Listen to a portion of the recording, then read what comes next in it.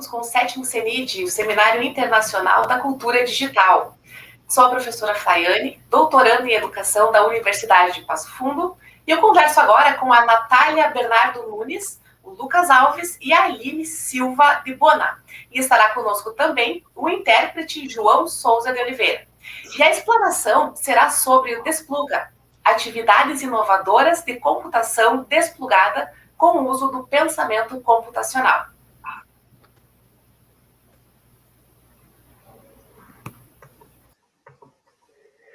Olá! Então, como foi falado, hoje a gente vai falar um pouco sobre o nosso projeto do Despluga, atividades inovadoras de computação desplugada com uso do pensamento computacional. A gente gostaria de agradecer a oportunidade e, bom, então vamos lá.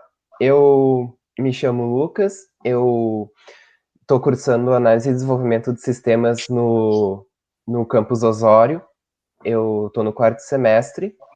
E agora eu gostaria de convidar a nossa orientadora, a professora Aline, a se apresentar. Eu sou professora de matemática do Campus Osório, oriento esse projeto construído, né, em parceria com os alunos e também com a professora Annelise, e que a gente construiu ele desde o programa do Fácil e agora de uma maneira remota, né? Sou doutora em informática na educação.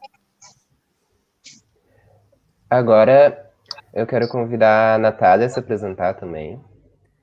Bom dia a todas, bom dia a todos. Meu nome é Natália e eu estou concluindo, sou do 4º ano do curso técnico em informática integrado ao ensino médio na mesma instituição, IFRS Campus Osório, e eu faço pesquisa desde 2015, então eu venho com esse trabalho aí com as bolsas do CNPq, e desde 2018 eu participo de grupos de pesquisa relacionados a atividades com computação desplugada, computação plugada, enfim, o pensamento computacional inserido na educação.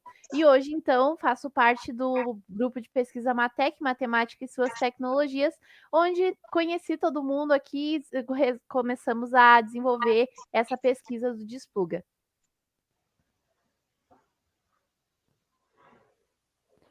Afinal, o que é o Despluga? O Despluga ele é um trabalho que vem sendo pensado, desenvolvido ao longo dos anos, que tem como objetivo desenvolver uma metodologia lúdica e inovadora, visando explorar os pilares do pensamento computacional.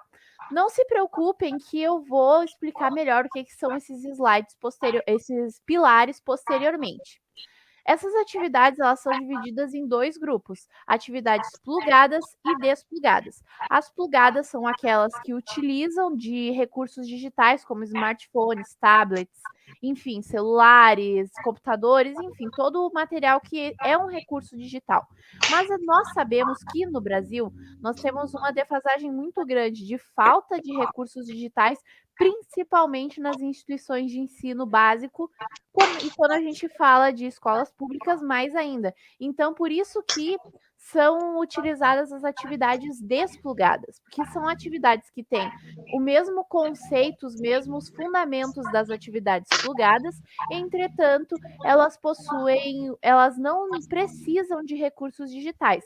A gente pode utilizar lápis, caneta, borracha, jogos de tabuleiro, materiais recicláveis. Nós podemos usar muitos materiais para poder construir atividades desplugadas. Então, desde setembro de 2020, a gente tem uma metodologia chamada pesquisação, porque nós acabamos agindo, né, fazendo a parte do nosso projeto enquanto a gente pesquisa. Então, nós já dividimos ela em 6 fases, né? A gente começou fazendo pesquisa bibliográfica, a gente já fez elaboração de atividade, a gente já testou atividade, a gente já validou atividade, tudo isso para poder fazer um material, um produto final que vai ficar disponível aos professores. Por que a gente tem esse conceito? Porque o nosso grupo ele tem muito foco na formação de professores, pois nós acreditamos que é o professor o mediador do conhecimento dos estudantes conforme conceitos construtivistas de Piaget. Então, nós acabamos pensando nisso para poder aplicar. porque a gente pode até aplicar com os estudantes, isso já aconteceu em projetos anteriores, entretanto, essa é uma iniciativa de curto prazo, nós gostaríamos de pensar a longo prazo, e por isso que nasceu o Despluga com essa proposta aí de trazer atividades inovadoras para a escola básica. Pode passar, Lucas. Aqui eu trouxe um círculo que está no site computacional.com.br e eu gostaria de dar ênfase principalmente à parte verde clara do círculo, porque ele fala ali sobre as etapas da educação, né, cultura digital, tecnologia digital, mas a gente vai pensar na nossa pesquisa necessariamente no pensamento computacional, que possui 4 pilares, que esses pilares auxiliam a desenvolverem as atividades, que é reconhecimento de padrões, decomposição, algoritmos e abstração. Cada um deles possui uma função, e a gente começa a pensar eles de maneira separada, e também a gente começa a unir eles. Isso a gente vem fazendo ao longo dos tempos, a gente já trabalhou com Lego, a gente já trabalhou com desenhos que o aluno precisa pintar, desenhos que o estudante vai precisar decompor uma imagem. Então, são vários os recursos que a gente já mostrou e que a gente encontrou resultados, como, por exemplo, uma atividade de Lego, os alunos acham um pouco mais atrativa por se tratar de um material palpável, por se tratar de utilizar um brinquedo de uma maneira que eles nunca pensaram. Então, são várias essas propostas. Então, o conceito de pensamento computacional pode ser pensar como um computador, segundo o Seymour Papert. Então, eu trouxe aqui a referência do Pascal Júnior, que defende esse argumento que pensamento computacional é pensar como computador, o que se torna muito simples, porque se tu for pensar, tu vai ter esses 4 pilares no computador também. E a mesma coisa, a Janet Wing, eu trouxe uma referência de uma publicação dela de 2010, que ela fala que de problemas simples do cotidiano até softwares de alto nível de complexidade, o pensamento computacional está presente. Então, um estudante lá do primeiro ano do ensino fundamental vai usar, assim como um desenvolvedor como o Lucas, por exemplo, que está fazendo análise de desenvolvimento de sistemas, vai usar o pensamento computacional também. Então, agora, nós vamos mostrar 2 atividades que envolvem problemas do cotidiano, no caso, o supermercado, que também foi uma experiência nossa, né? Assim, o Lucas acabou trabalhando no mercado, daí a professora Aline teve essa ideia, vamos fazer uma atividade sobre supermercado, porque é uma coisa que está presente na vida das pessoas. Aí surgiram essas atividades. Então, o Lucas pode passar aí, já pode mostrar as atividades. Bom, então, essa atividade, ela, como a Natália falou, a temática dela surgiu na época que eu estava trabalhando em um supermercado, e quando a gente resolveu criar atividades sobre supermercado, o nosso objetivo era trazer o pensamento computacional para o cotidiano, mostrar como, às vezes, em pequenas ações do nosso dia a dia, está presente o pensamento computacional, como, por exemplo, ir ao mercado. Muitas vezes a gente consegue ver os pilares do pensamento computacional no mercado sem mesmo a gente perceber. Então, essa atividade, ela se encaixa no grupo de atividades desplugadas, porque ela não precisa necessariamente de um computador para ela ser realizada. E ela também foi pensada para poder ser aplicada de forma híbrida, tanto online quanto presencialmente. E ela pode ser aplicada individualmente ou com a turma toda, no momento que o professor, de repente, projeta a imagem, ou então, se for presencialmente, mostra a imagem, pede para que cada aluno fale o padrão que ele encontrou em voz alta. Todas as nossas atividades, elas foram pensadas para trabalharem pelo menos um dos pilares do pensamento computacional, como a Nath falou. No caso dessa atividade, ela trabalha o pilar do reconhecimento de padrões. E basicamente, o que ela diz, analise a prateleira e identifique pelo menos um padrão nela. Então, o aluno vai analisar essa prateleira e vai identificar pelo menos um padrão na imagem.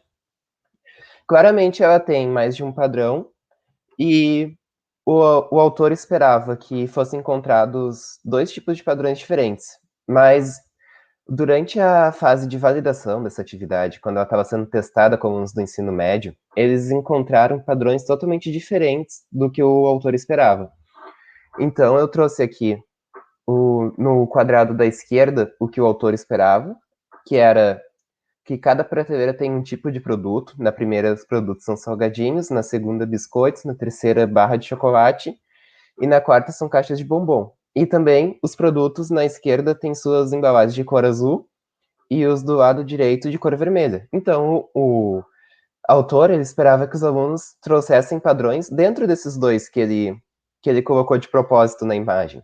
Mas o que aconteceu foi que os estudantes eles encontraram outros tipos de padrões, como, por exemplo, aqui na direita, que diz que no quadrado, na opção da direita, que é o relato do estudante, que diz um dos lados da prateleira da embalagem são azuis e os outros são vermelhos, certo? Como o autor esperava, mas ele continua.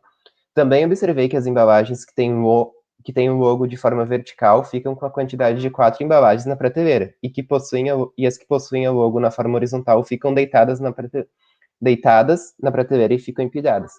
E esses dois últimos padrões o autor não havia encontrado, e isso que nos trouxe uma descoberta e que foi muito legal de perceber, porque mostrou que a atividade ela não possui uma resposta correta, e que ela pode variar dependendo de cada aluno, dependendo da visão de cada aluno. E isso é muito legal. Então, a nossa atividade, por meio desse pilar e dessa metodologia, ela visa trabalhar a investigação e a observação do aluno, fazendo com que ele encontre pelo menos um padrão. Mas o legal é que cada aluno, dependendo da sua visão, vai encontrar um padrão diferente. E é isso.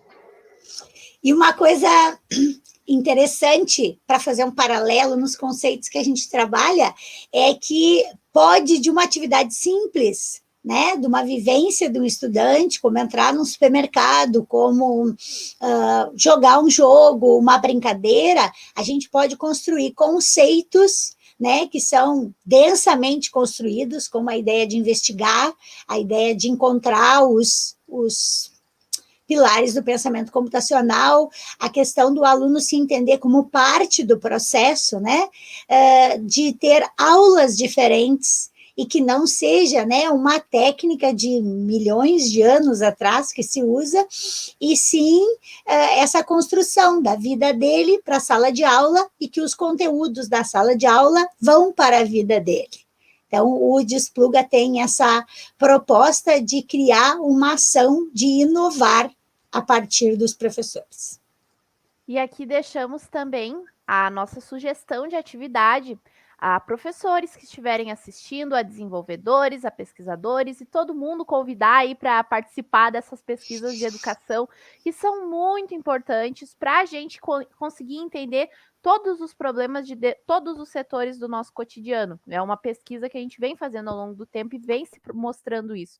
Então, a gente trouxe aqui um exemplo de atividade. Quem quiser entrar em contato, nós temos muitas outras atividades. Vocês podem nos contatar. Lucas, se quiser passar aqui, porque a gente vai deixar os nossos contatos aqui de e-mail.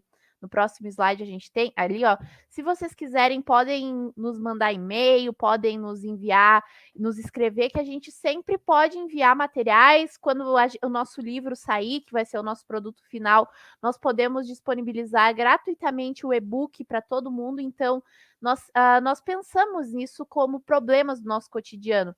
A gente não precisa fazer uma coisa muito mirabolante ou algo muito fora de contexto, como, por exemplo, colocar 49 melancias dentro de uma caminhonete, de um carro, sei lá, num exercício de matemática. A gente pode trabalhar com coisas realmente usuais do nosso cotidiano, como, por exemplo, encontrar setores dentro de um supermercado como essa atividade. Então, a gente não está aqui apenas para criar metodologias e dar para os professores e dizer, não, agora vocês vão usar nossa metodologia. Não, a gente está aqui para sugerir coisas que podem ser úteis para os professores irem se atualizando e irem levando esses conhecimentos aos seus estudantes. Então, de minha parte, eu agradeço. Aqui estão os nossos contatos e até uma próxima.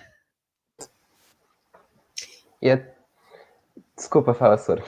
Obrigada, Natália, obrigada, Lucas, obrigada, Senide e João.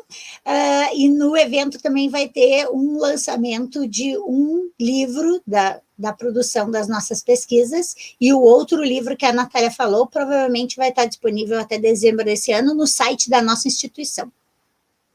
E até reiterando o que a Natália falou, todos os professores e pesquisadores que quiserem entrar em contato, nós estamos disponíveis. E as nossas atividades, nossas metodologias, elas, que nem a Nath falou, a gente não quer impor nada, e tudo que a gente for fazer, a gente quer fazer em parceria com os professores, com a ajuda deles, para que a gente possa cada vez melhorar mais as nossas atividades para serem usadas em sala de aula realmente. Então, quero agradecer também a oportunidade, e todo mundo tenha um bom evento aí.